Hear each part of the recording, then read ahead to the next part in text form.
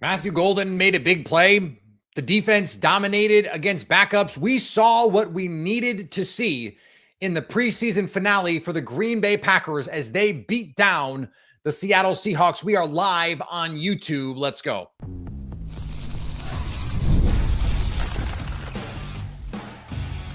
You are Locked On Packers, your daily Green Bay Packers podcast. Part of the Locked On Podcast Network, your team every day.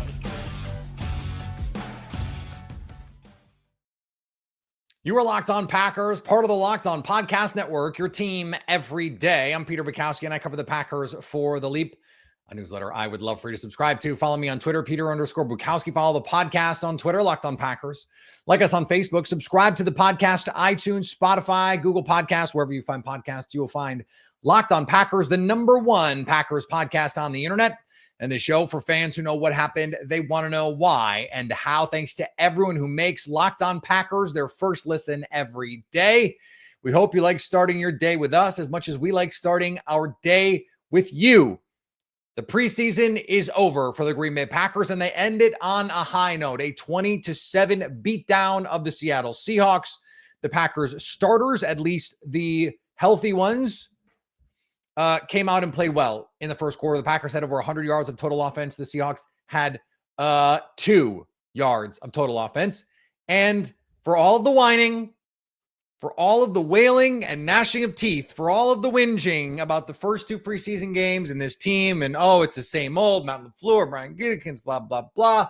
If you hated what you saw in those games and it meant the Packers season was over, then the Super Bowl is back on, baby, because that was an impressive performance from the Green Bay Packers starters, such that they were no Dontavian Wicks, no Jaden Reed, no Xavier McKinney. Like, there was a cavalcade of players who were just not out there. And Jordan Love said most of those guys are going to be back week 1. We'll see about guys like Marshawn Lloyd and Barron Sorrell, and those are secondary players. It seems like the frontline players are going to go, and there is no other place really to start than with Matthew Golden.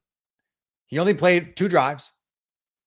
They tried to get the ball to him multiple times, and the one play that he got the target was on a rail route against bail coverage.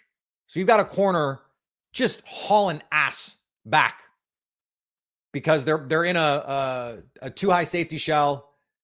It's soft zone coverage. And Matthew Golden does the veteran thing, doesn't try to get on top, eats up the cushion, but doesn't try and get over top.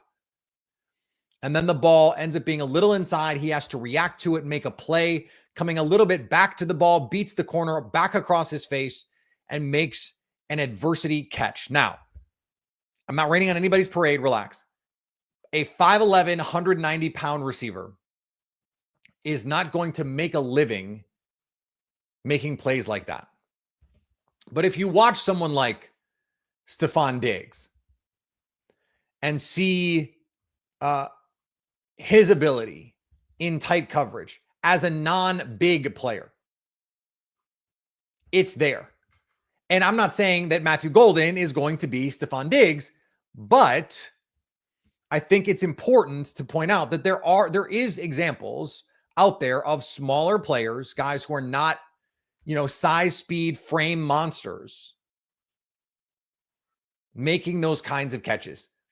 I hope the Packers don't have to rely on him to make those plays on a regular basis, in part because you hope he's just open.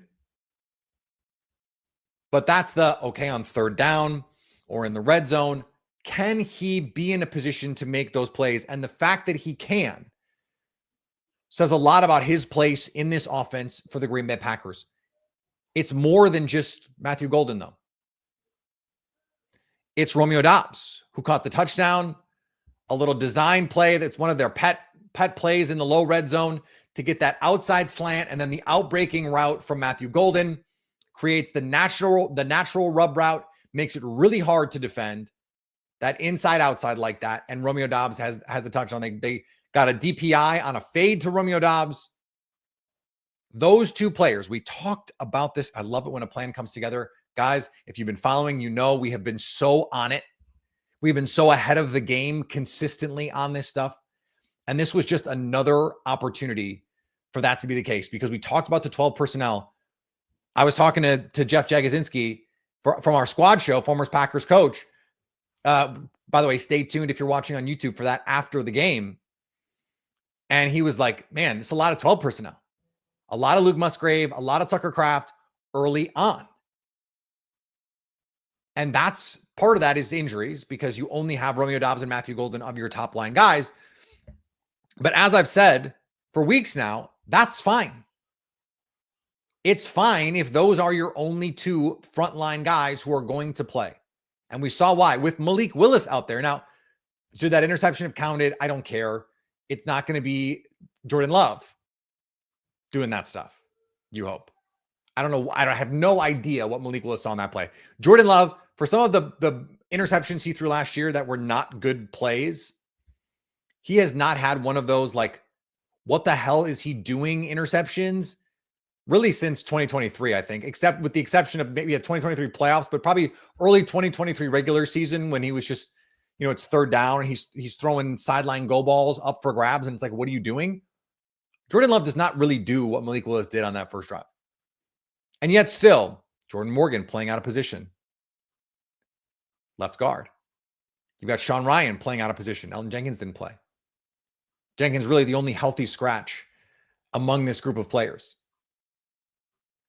And so for the Packers, this is really, outside of Jordan Love, what your offense is going to look like a lot of the times. Like Dontavian Wicks is going to play on the outside.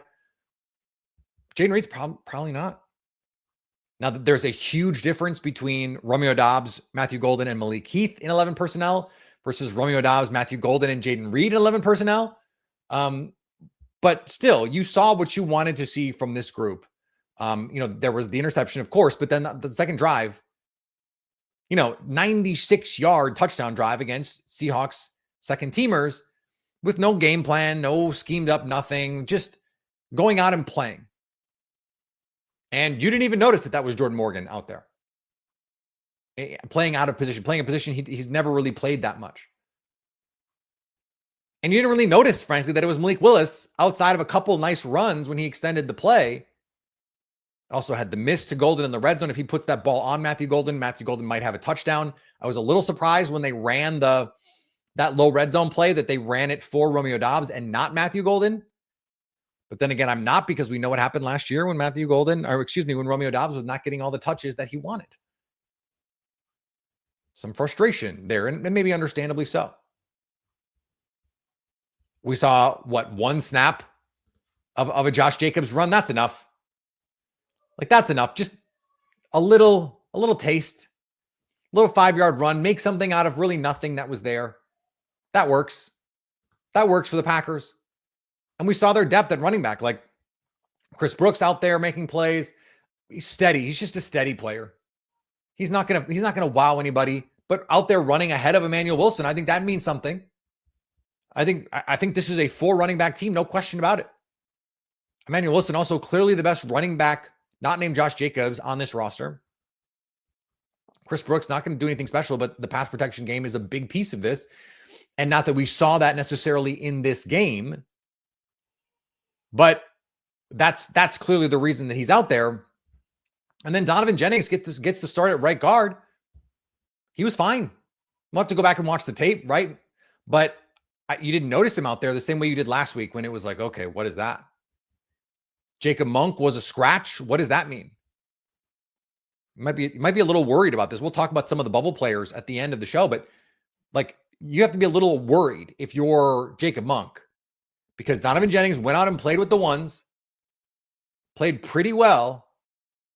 And I don't know if there's a spot on this roster for both of those guys. I was talking to Wendell Fajeda about this before the game.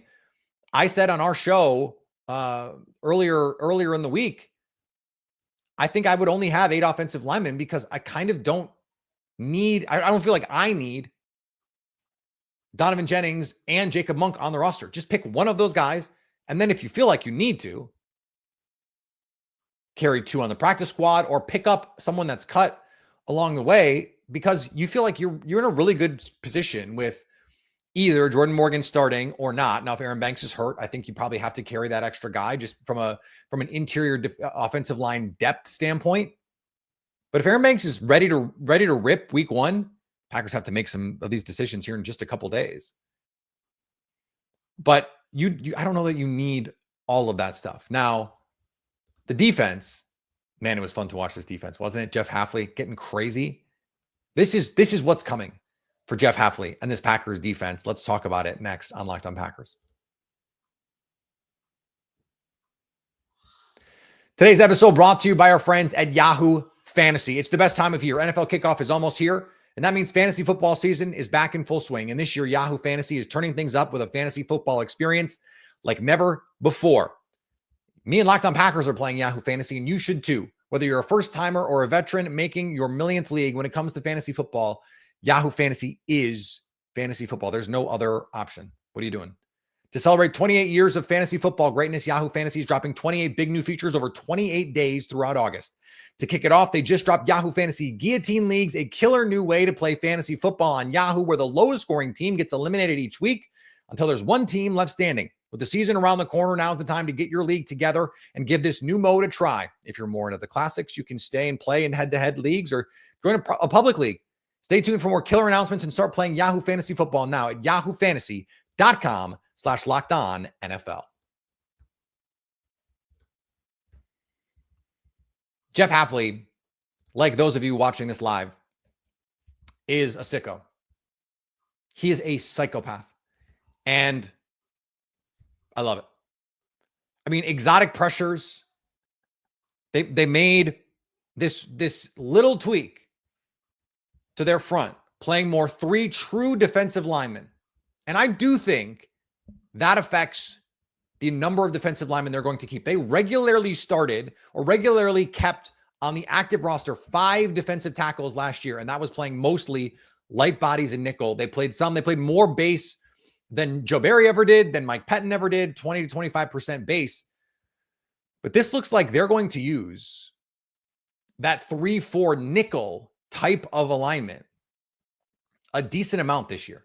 To me, that says at least 5, if not 6 guys need to make this roster. Now 5 and then a practice squad guy that you feel good about as a call-up. But that could leave one of the Georgia guys out, and I don't want to leave any of the Georgia guys out. Warren Brinson, again, making some really nice plays as a pass rusher in this game. I just didn't see that the same way on tape. The part of that is the Georgia defense. It's a lot of, hold and read rather than trying to really pin your ears back and go rush the passer. But the ability is there, man. Like, his body is ideally suited to play that 5 technique. If they're going to play more of these true odd front surfaces where you've got 3 true defensive linemen and 1 is a 5 technique. Now, some of the time they're playing these 3-man fronts with 4-man spacing. So, like, what exactly are they trying to accomplish there? There's some interesting things that we're going to watch, of course, as the weeks go on. But Jeff Hafley is clearly trying to set the tone here and saying, look, just because it's a preseason game doesn't mean we're not going to call our stuff. We're going to try. We're going to attack. It's a mindset. And the Packers forced 4 turnovers in this game. They did everything that they set out to do. They were dominant in the first half. And it wasn't just like the first quarter, okay, it's 10-0, but then they win the second quarter when it's backups against backups. Also, 10-0. The Seahawks don't score until late in the fourth quarter.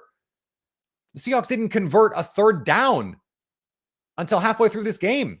More than halfway through this game. So, like, the defense, for some of the questions that you had, I think early on, some of the effort, they weren't playing all their guys. This was what you wanted to see. The sacks, the turnovers, attacking the ball aggressively, getting the ball out. Even on a play like a QB sneak, where you're attacking the ball. Okay, Jalen Milroe, you want to try and tush push this? Well, how about you punch at the ball until it comes out and get it clean? And we saw some of these guys who are fighting for their lives, their football lives. I mean, it was nowhere more evident than on defense. We're going to get to those guys, but it was the defense that showed up. The offense was what we expected it to be. And that part of that is because we know that they have some good players on there. Some of their backups players like Malik Heath and Julian Hicks are guys I really like. Cornelius Johnson, the backup running backs we love. Izzy Abanaconda, Amar Johnson, like those are fun players. We'll see where they end up, if they end up on the practice squad or whatever it is. But the defense was what stood out. They looked different than they had the first 2 weeks. And it wasn't to say that they were doing more exotic things. And that was, they're going against number twos. And that's why they're doing that. They just played better. Now it helps that, Edgerrin Cooper got some burn and Rashawn Gary's making plays at a TFL right away. And Quay Walker finishes off a sack that Edgerrin Cooper helps create. And they're throwing exotic blitz looks out there early on and confusing offensive lines, preseason offensive lines. That's almost unfair. But if you're Jeff Hafley, you're going, who cares? Why do I care if they're not ready for this? You have Brenton Cox and Kingsley, like Brenton Cox and Kingsley Enagbare single-handedly, but together. So double-handedly, is that what we're calling it? They, in the second quarter, beginning of the second quarter, they were dominant. It looked like varsity players playing JV. They couldn't block either of those guys. The Seahawks couldn't. And then when either of those guys arrived at the ball carrier, it was just over. It's a stop. It's dead. Or Kingsley Enagbare is forcing a fumble. Was part of 2 fumbles in there. I mean, I understand some of the qualms about the way that the pass rush was handled in the offseason. And did they add enough? And did they do enough? But if Lucas Van Ness elevates his game, that is so vital for this team. And it seems like he has. So that your rotational guys are Brenton Cox and Kingsley Enagbare. Those guys can come in and give you real impactful reps. They can play. And that's a really important thing for this team. And it's going to be an important thing for them as they move forward here for the Packers. Because you may not have Lucas Van Ness for the whole way through. You may not have Rashawn Gary for 17 games. Rashawn Gary has been remarkably durable over his career. And so you need that depth. We saw this with the Eagles last year. You have to have waves of pass rushers. You need waves of them. And so this is what you want to see. This is what you have to see for the Green Bay Packers. And you can say it's just preseason. But Jeff Hafley is setting the tone for this team. And that can be something that I think it's really overplayed. Just because the Jets came out with a little bit of fire and the Packers didn't come out with the same piss and vinegar in week 1 of the exhibition game, that doesn't mean that the Jets are suddenly going to win 10, 11 games. And that the Packers are going to be a 7-win team. Not at all. But when you've spent your whole training camp working through attack, disguise, create, it's turnovers, it's punching at the ball, it's giving yourselves opportunities to create turnovers. The Packers did that here. And that's what you need. That's what you need. If you want to be an elite defense, watch the playoffs. How many games were decided by who turned the ball over more? How many games? All of them? It was pert near all of them if it wasn't all of them. Certainly affected the Packers game. Certainly cost the Lions a trip to the NFC Championship game. I think it hurt the Chiefs a little bit in the Super Bowl. So I understand like some of the questions about this defense and the sustainability of it and creating turnovers and all those things. But if it's part of your culture, if it is part of your identity to do this, to create turnovers, to be constantly scrapping and clawing and fighting and ripping at the ball. I mean, those Bears teams, those Urlacher teams, those Charles Tillman teams, it was called the Peanut Punch for a reason. Those teams specialized in creating turnovers because it was just a part of their culture to do it. And that's what the Packers are trying to do here. That's what Jeff Hafley is trying to do here. And that gives you an opportunity then to set that standard as this is who we are. This is the identity of the Green Bay Packers. I did a radio hit the other day where they asked about the identity. Well, this is part of it. Now, who are the players that either made their case for or against themselves in this game? I would say way more for than against. We'll talk about them to close out our live Locked On Packers. Today's episode brought to you by our friends at BetterHelp. These days, it feels like there's advice for everything. Cold plunges, gratitude journals, screen detoxes. But how do you know what actually works for you? With so much information online about mental health and wellness, it can be overwhelming to figure out what's true and what will actually help. That's where talking to a licensed therapist through BetterHelp can make all the difference. You get real personalized guidance instead of just guessing based on something you saw on social media. With over 30,000 therapists, BetterHelp is the world's largest online therapy platform, serving more than 5 million people. And it's easy to fit into your schedule. Just click to connect, and you can even switch therapists anytime if you need to. Talk it out with BetterHelp. Our listeners get 10% off their first month at betterhelp.com/lockedon. That's BetterHelp, HELP.com/lockedon.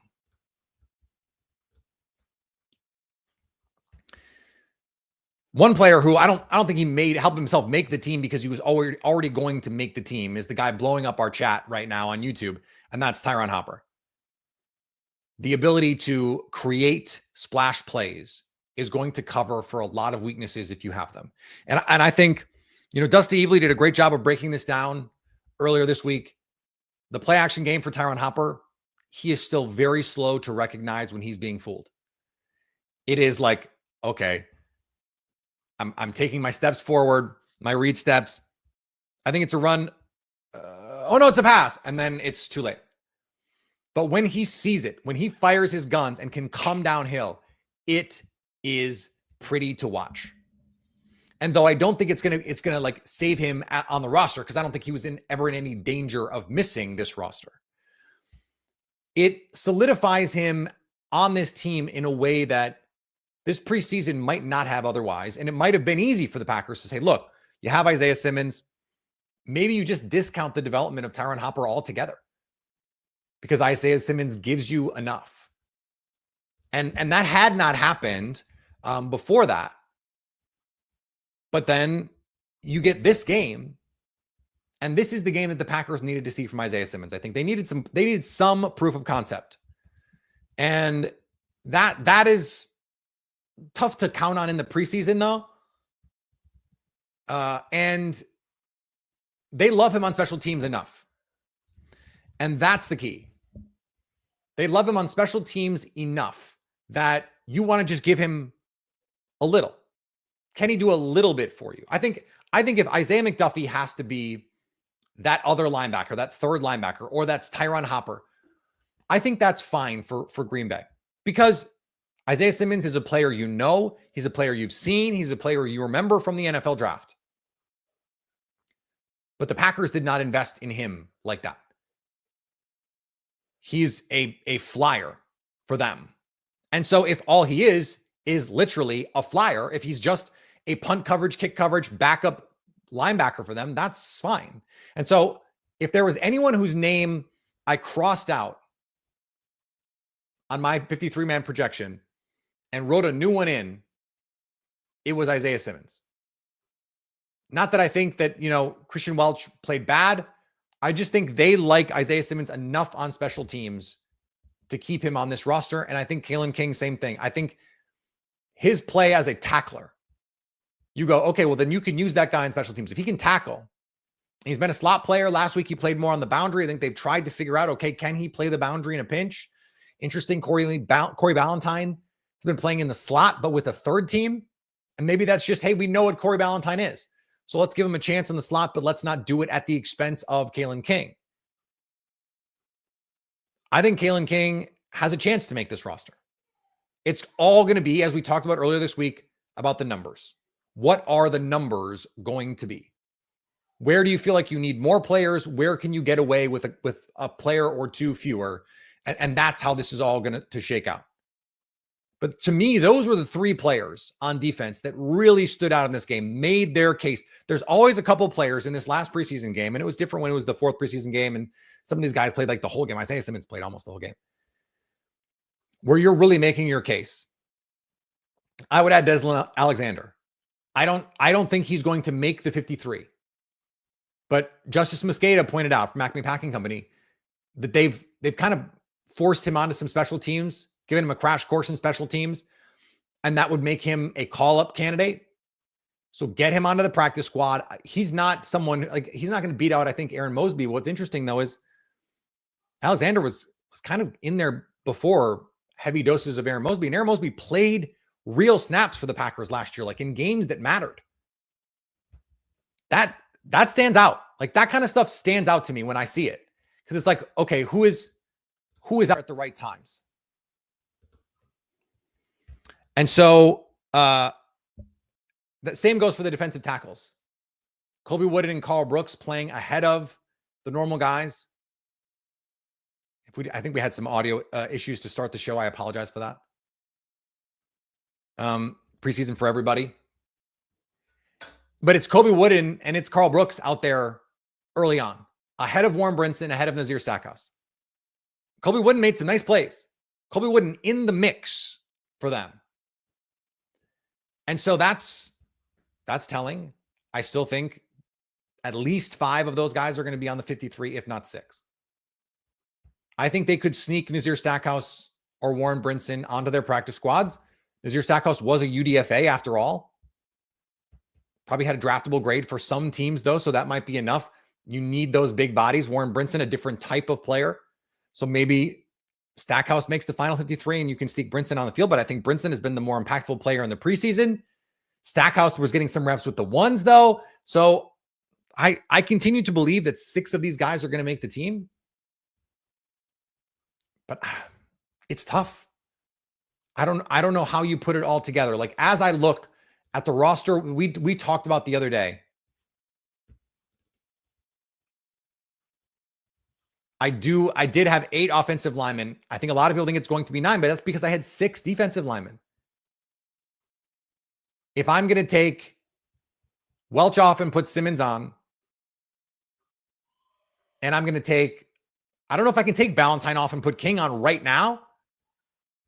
I think you could probably get Kalen King onto the practice squad. Remember, he was a 7th round pick. They might need that extra offensive lineman. Malik Heath, I still think Malik Heath makes this team, but 6 receivers, do you need 6 receivers? I think you probably do, because Savion Williams is hurt, Dontavian Wicks is hurt, Jaden Reed is hurt. If all those guys were healthy and they thought Christian Watson was going to be back by week 4, maybe they feel differently. But I continue to believe 6 interior defenders make this team. 6 off-ball linebackers make this team. Maybe you're short a tight end. That would be an easy place to do it. You put John Fitzpatrick or Ben Sims on the waivers and try and get one of them back. Keep one of them and get one of them on the practice squad. Maybe that's the way you sneak another offensive lineman on here, another corner on here. Remember, special teams is going to be prime for these last roster spots. Can you help on special teams? Kalen King. Those are the body types that can help on special teams. But see, that's the same with tight end. Defensive linemen, they don't really help. Maybe they want to go 5 off-ball linebackers. Maybe that's the preference. Walker, Cooper, McDuffie, Hopper. You could just go 4. But I continue to believe that they're going to add that 5th. It's going to be Simmons. He's too big a special teams player. Hopper's going to make this team. I think he's shown enough that developmentally you need to keep him. So then it's about, what are you getting from Isaiah Simmons? I don't have a great answer for that. We're going to continue to talk about this, of course, as we move through all of this. It's now Lions. It's now week 1. That's the conversation. Packers, Lions, week 1. What can you show me? What can you give me? It's going to be so fun. I can't wait to talk about it. Hey, look, our squad show is coming up next live on YouTube. If you're listening to this on the podcast, go check out the podcast in the podcast app, The Squad Show. Follow me on the social medias. I'm going to tweet out all the links, skeet out all the links, do all that stuff. Go find us. Come hang with us. It's me, Brandon Snide. It's Jeff Jagosinski. We're going to be in your feeds all season long, having an absolute blast so you can stay locked on Packers.